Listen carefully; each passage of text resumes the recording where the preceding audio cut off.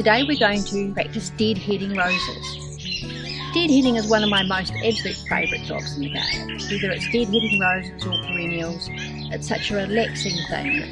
It's a time that you can really enjoy being in your garden, enjoying nature, enjoying just what you've got in front of you without thinking about the rest of the world. Now, it's really important to deadhead your rose as soon as you can, because the faster you deadhead, the quicker you're going to get more blooms. So I've got this rose here, which is my gorgeous My Mum rose, one of my absolute favourites, and it's had a bit of weather damage as well as being just at the right time for deadheading. So you can see we've got these big branches that have been affected by the rain, and they probably won't stand up again, so we're going to have to be slightly more severe than normal. This branch here is nearly completely over, so one would be tempted just to snip it back at the base of the flower cluster. But no, we shouldn't be doing that. What you need to do is to go down the stem, just a couple of more leaf nodules, right the way down to here. Because as you can see, just take that one off, as you can see, as you go down the stem, it gets a little bit thicker, and it's down here that you have a new leaf stem appearing. And if you go down just a couple of leaf nodes, you'll get a much thicker stem that will produce bigger clusters of bloom. So I'm just going to go down there and snip just above the leaf nodule like that, and take that whole stem off. And then in a few weeks time you'll have a fresh branch that'll come out from here, and it'll keep your bush open. You don't actually want to cut back to a leaf stem that's facing back inwards to the bush, because the more inwards growth you've got in your bush, the more disease you'll have. So always cut to an outward facing bud.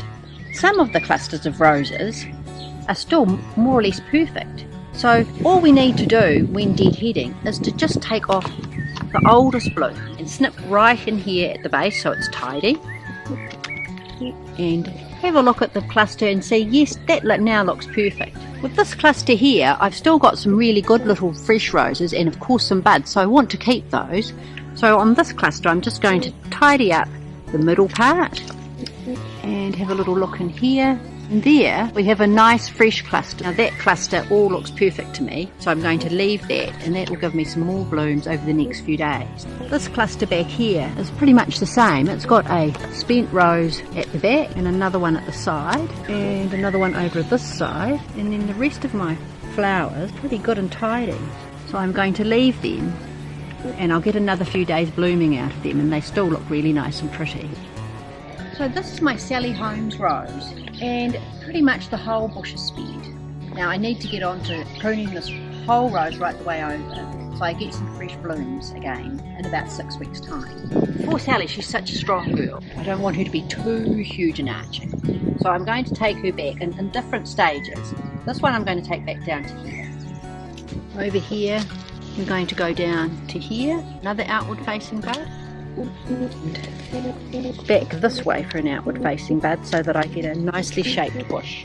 And it's just a matter of going over the whole rose, having a look at each branch to see which way you'd like it to shoot next, because you don't want all your branches going this way, you don't want all your branches going that way, and of course you need a nice arching shrub. So the general rule of thumb when trimming a rose like this is that it will take between 5 and 6 weeks for the flowers to come back. So if you're pruning for a wedding or a special event, use the 6-week rule.